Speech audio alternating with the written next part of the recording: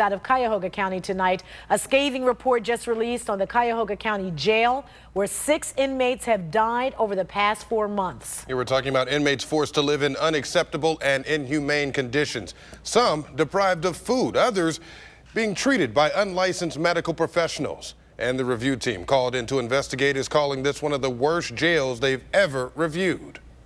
This group that came in and did this does this all over America.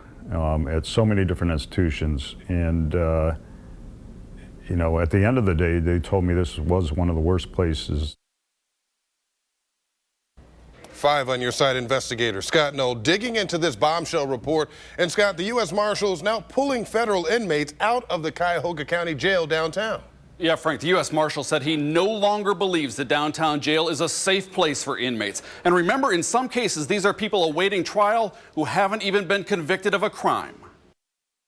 Cuyahoga County asked the U.S. Marshals to review the jail's operations after 6 inmates died behind bars in 4 months earlier this year. Marshal Pete Elliott summed up the conditions the team found in one word this afternoon. Terrible, based on what I read in the report, all the way through, and I think overall is rated unsatisfactory. In fact, the jail failed to meet all federal standards in 6 of 7 areas evaluated. That includes health care, where inspectors found medical staff with expired licenses, and the jail failing to review in-custody deaths. Food service, where inspectors found filthy conditions, mice and vermin. Inspectors finding the jail withheld basic nutrition as punishment. And safety and sanitation issues, including inmates having to use clothing, towels, or rags after being denied toilet paper by jailers. It almost needs to be gutted at this point and start from the bottom up, correct?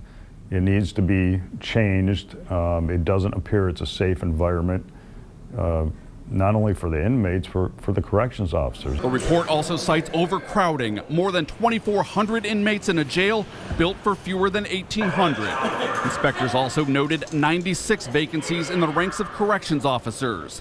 And then there was this.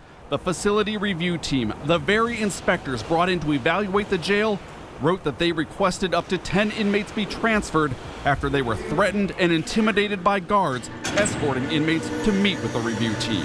I have 100% confidence that Cuyahoga County is going to make the right changes and move forward. If they don't, then we're not going to be housing federal inmates there at Cuyahoga County Jail anymore, and we're going to pull that $1 million+ out and give it to a different county.